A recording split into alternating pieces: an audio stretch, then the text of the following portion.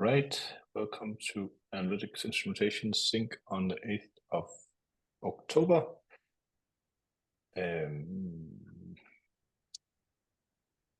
We have an agenda with quite a few things by now, so let's get started. I have the first item, and it's related to that we had this bug report or performance issue report or whatever you want to call it,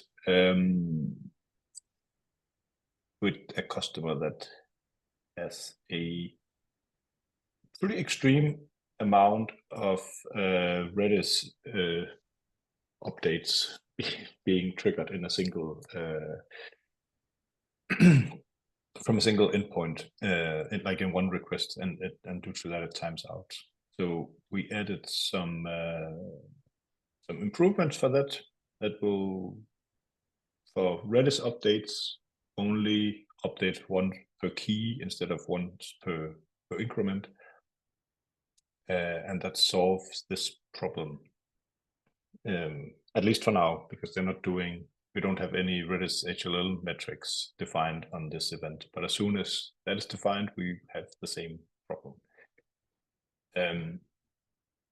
namely that we update to that we have too many Redis writes. So my question is a little more general. Do we have any metrics, insights into how many Redis writes that we produce in, basically internal events and what else we have? So Redis counters and Redis HLL counters, how many times they're updated per request, because then we could potentially prevent, add some of these optimizations before they get reported by customers. Nico, do you want to? I mean, we have metrics, Prometheus metrics reporting tool from .com that's available. Although that's probably not very relevant because such a API points, as far as I remember, we don't use for .com. But for self-managed, I don't remember any metrics that report in resource utilization for anything, not on the Redis. And just from thinking about it, I don't see how can we actually create such metric, but we can think about it. Yes, I think I remember also from talking to people when we went to Las Vegas. I think there's something like we do have some Prometheus metrics being reported back in the service ping payload, but it's more general. Like it's just like, I think Redis writes or something like that, and I'm not sure how detailed they are or some. Yeah, I don't know if we could use it. It could also be an option that we look at .com and just kind of get some. Yeah, at least we could maybe potentially detect some of it on .com and prevent it, even though it might not get us all the places that we could improve. But can we on GitLab.com in Grafana, can we look at writes specific to like our writes, like to our Redis counters, Redis HLL, or is it kind of overall?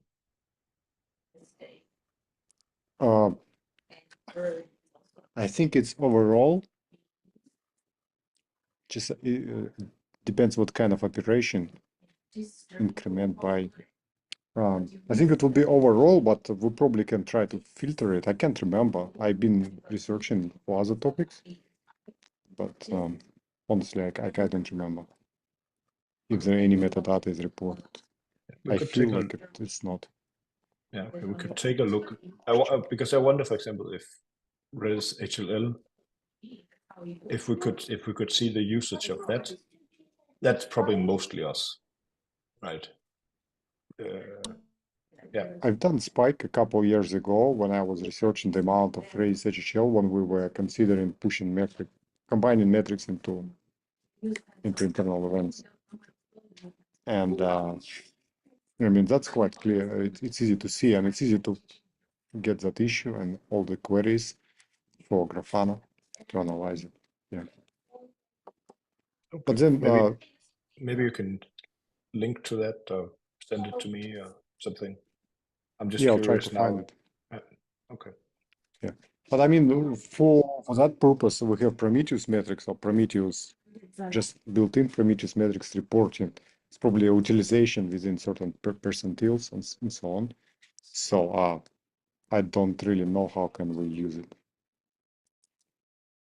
Because that would be once in the blue moon load, right? Because it's just self-managed. If, let's say, Kubernetes reporting, or even every few hours, it would be just a spike very quick for a few seconds, and then it's gone. And how to find 1 second within 5 hours, for example, time. It's quite, yeah.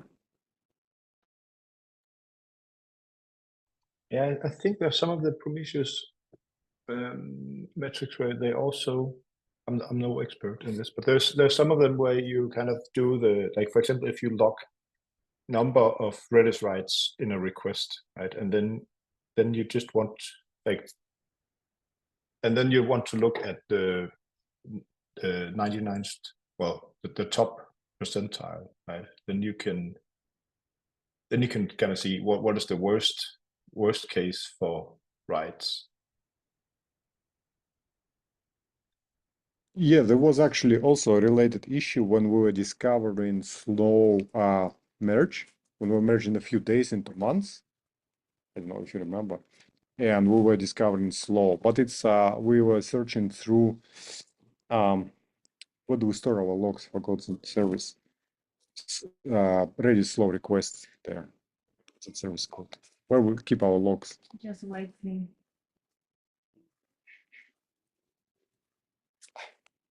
Anyway, in that service, you can discover Redis slow logs. Yeah, but it's mostly one request and one slow request if you merge like 5,000 keys. Yeah, but here we have a lot of quick log, quick operations, but it's just 70,000 or something. 270,000 was that issue. Okay, but I think let's see it, look at the data we have and decide if we can create an issue about adding more instrumentation on our instrumentation, so we can know what's going on. Yeah, maybe worse actually to ask in engineering FIY or something like that if other teams also interested. That would be much easier to implement and much more kind of useful for other teams. Yeah. Like what's it called? Like Sidekick also uses Redis extensively, right? And there is the implementation for event platform, and they are working on scalability of that platform, which mainly loads Redis for Sidekick for like 1,000 jobs an hour, or a few millions a day. And they would be interested in metrics. And maybe they already have some metrics, but worth to talk to them probably. Yeah. I believe it's a lead ticket or something. Lead ticket. Yeah. I will find that issue as well. Cool.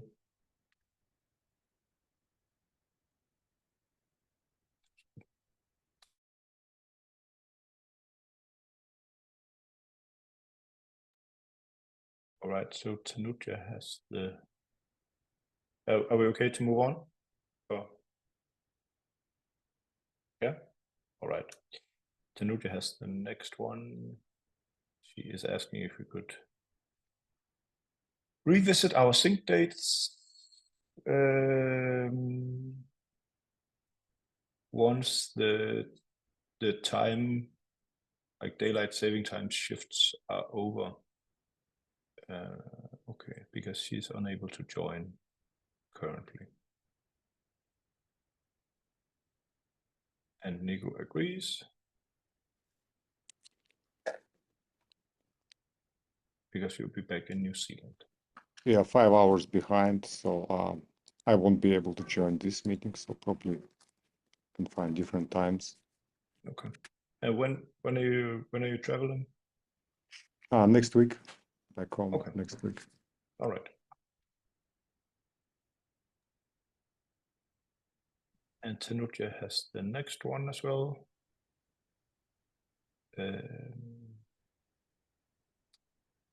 A new milestone starts on the 14th. And there's a plan. And here's a link to the plan. And ask us to ask any questions to her. I would suggest we go through the plan individually and ask questions there, or what do you think? Yeah, I think that makes sense. Yeah, same here. Yeah. Right. And okay, then the Mihao, you have a show and tell. Yes. Oh, So that's I- exciting. Looking forward to that. I will share my screen.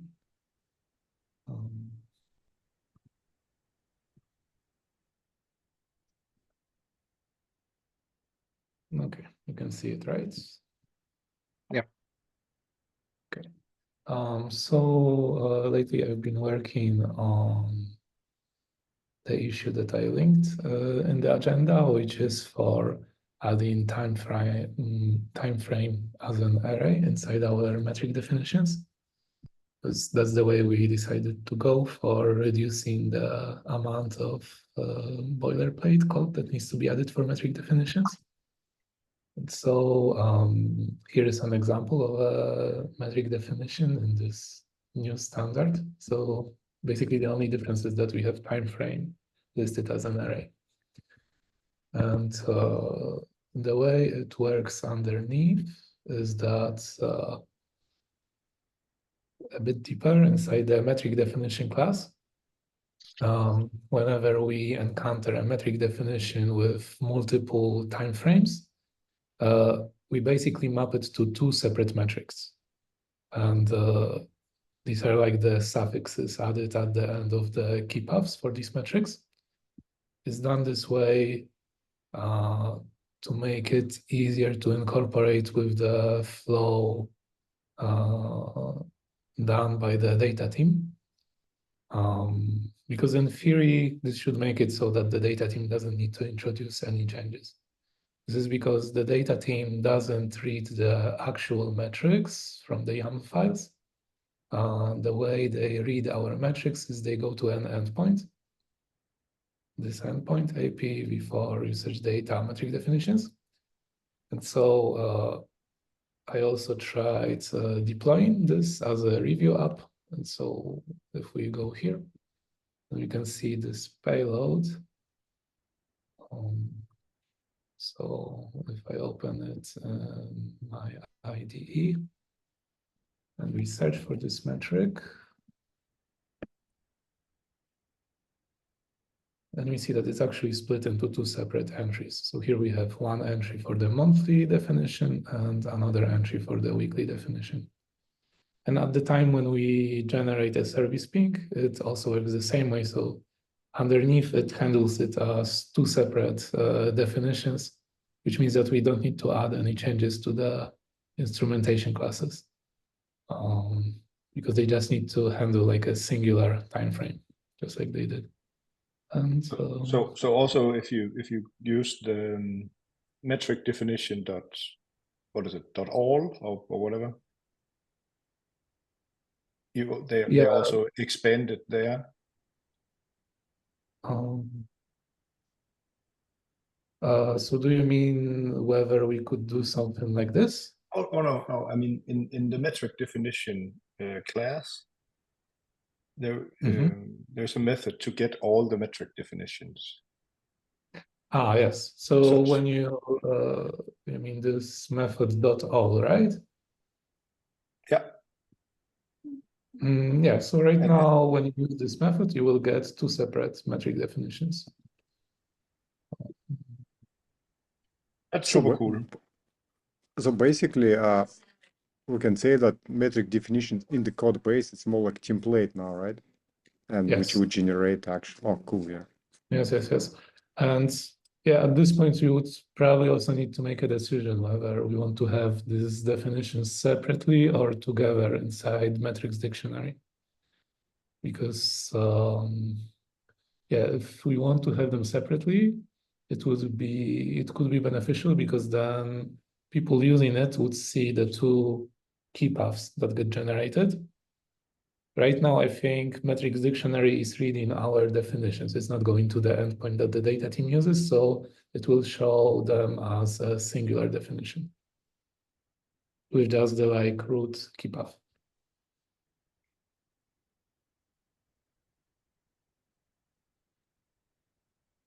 I think for now it makes sense to expand them in the metric dictionary also.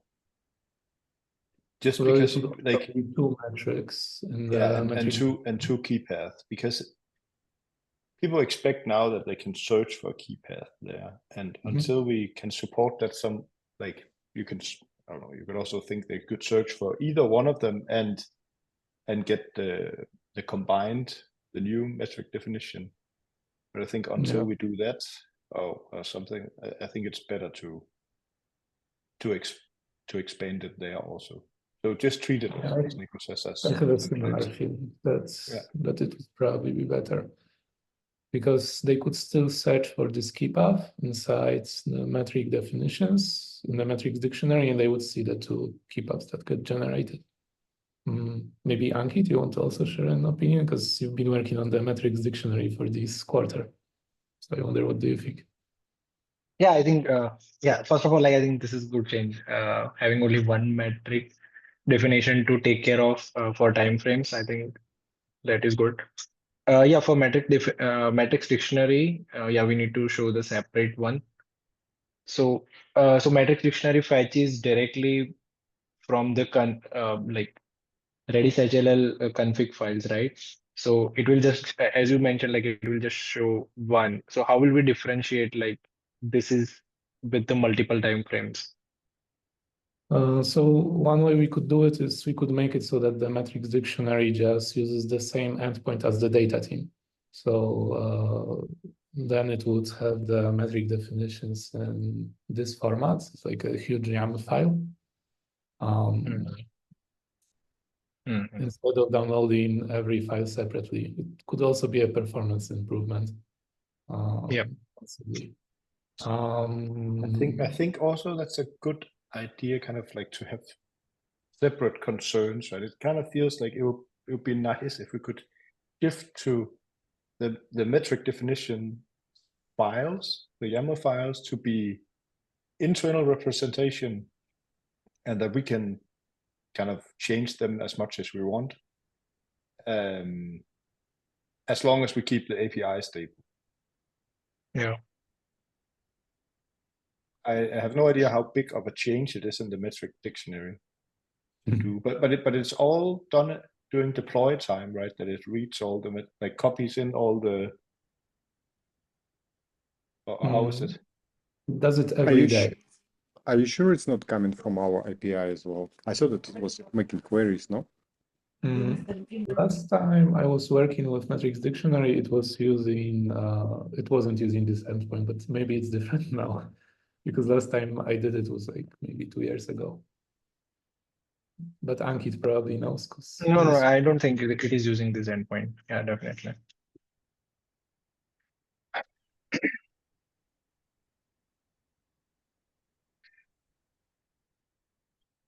Another question I have is, another question I have is like for like similar to metric definition, we have an endpoint. Like, do we have an endpoint for event definition as well?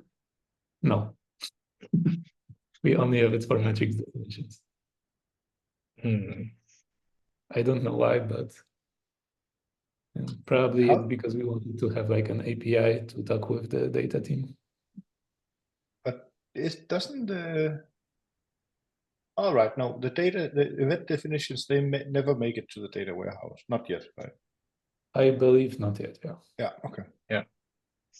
So maybe we should Okay. just make the endpoint. Oh, sorry, one.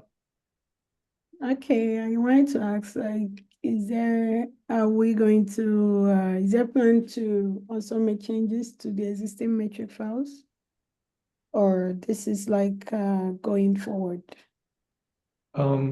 I mostly made it to where going forward, but it should also be possible to use it for the existing metrics. But I just don't plan to spend time on doing it because mostly what we wanted to do is to make it easier to introduce new metrics. Though in theory, it does introduce some danger to have like these metrics separated because some things could go out of sync. Let's say like a change in a product group or something. But I mean, we could talk with someone from product or with our engineering manager to see if we want to plan any time for migrating existing metrics. But my guess is probably not, or not in the short term anyway. And another thing is that we add automatically these suffixes. So it could only possibly work with metrics that have this exact structure. So when the key path for the weekly is the root Exactly. key path Yeah, exactly. underscore weekly and this thing for monthly. Yeah, because I'm looking at some metrics and they don't follow the key path naming, they don't follow the same pattern. So that could be a problem there. Yeah, there is no like singular pattern for all of the metrics that have these different ways. Although admittedly, in most of the new ones or in the ones that are generated using our CLI, it looks like this. But so it's good that we can keep like consistent with the new standards that we have, but I would advocate for cleaning up the old ones. I looked at it where we have almost 1,000 pairs where we have both the weekly and the monthly with the same prefix. So basically the same metric. So that's 1,000 files we could, well, 2,000 files we could turn into 1,000 files. And I think just from like every time we have to go back and migrate stuff, this like the number of files is kind of deciding how many merge requests we have to review, for example. So I think Ankit and I have done a few where we had to go back and do stuff where we kind of make batches of maybe 100 or 200 trivial changes. And so that would still like move from maybe 5 or 10 fewer merge requests for something like that. It's also some time to invest into it, so we have to kind of decide if we want to do that or not. But yeah. Yeah, it's true that at the point where this gets merged, we could start off thinking of it a bit like a technical debt, like the fact that we have these split metrics. So yeah, I mean, it would be possible to migrate them. It's just a question of what do we plan. Yeah. So it's more like a question to our engineering manager and the product person. Yeah, and also just for record, I only looked at the key path. So I didn't look at, like, I'm sure we have some that are out of sync, as you said, already. And so, but we probably already, like, I don't know, maybe we have 90% that would be easy to migrate and some where we would have to think a bit before we can do it. Yeah. I think this is super cool, Michal. It's like since it's not a task that we can finish, like fully finish anyway, because we would need to be changing key paths or adding some more complicated logic here. Like getting 90% that we can do automatically would be a big change. Yeah, that sure. would help us in the future. What about the aim for the 100%? Yeah. What about the all time frame? Is that I forgot what the plan is with that? True. I didn't think about it. I would need to look at the metrics, see how they are built usually, and think if we could add like another suffix for them. I mean, it's not something we haven't really supported that for long, right? Because it's only total counts with time frame that can kind of have all three of them. Yeah. So I don't really know how. I have no idea about how often that happens right now. Yeah. I have a feeling that The all use is, case that we had was just these two in one MR. Yeah. yeah, because probably all are mostly for database metrics, right? And total counters. Database and Also, Redis, but different. on HLL. Yeah, not for Redis HLL. Like we don't have all there, but No. for the Redis counters, most of them they have all the time frame all.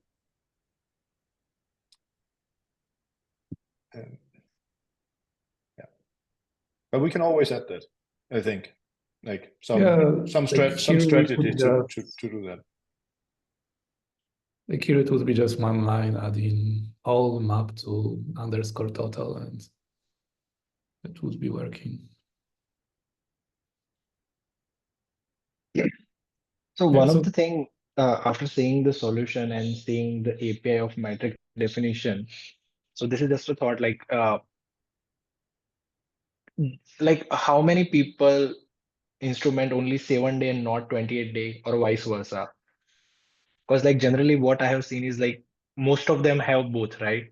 So yes. so can we by default like not to define a time frame and just create by default 7 day and 28 days? This is just a thought. Maybe like we need to talk to people, but I'm just asking. Yeah. So we were discussing already this topic of like default timeframes, but we decided to make them explicit. Here in the issue that I linked, basically we decided that we want to make it more explicit so that people know exactly which metrics they can expect. Makes sense. Okay. Yeah, I'll go through that. Thanks. And since it's the CLI generating the files, it's not. Yeah, it's not really a big thing. I think. Yeah. I also argued for not having a default first, but I think I agree now with the explicitness of the files. Yeah, we can always go back to this discussion. Like you can check it, Ankit, and add a new comment. Show me. Yeah, then I will stop sharing because I have shown what I wanted to show. And does someone else have any points in agenda?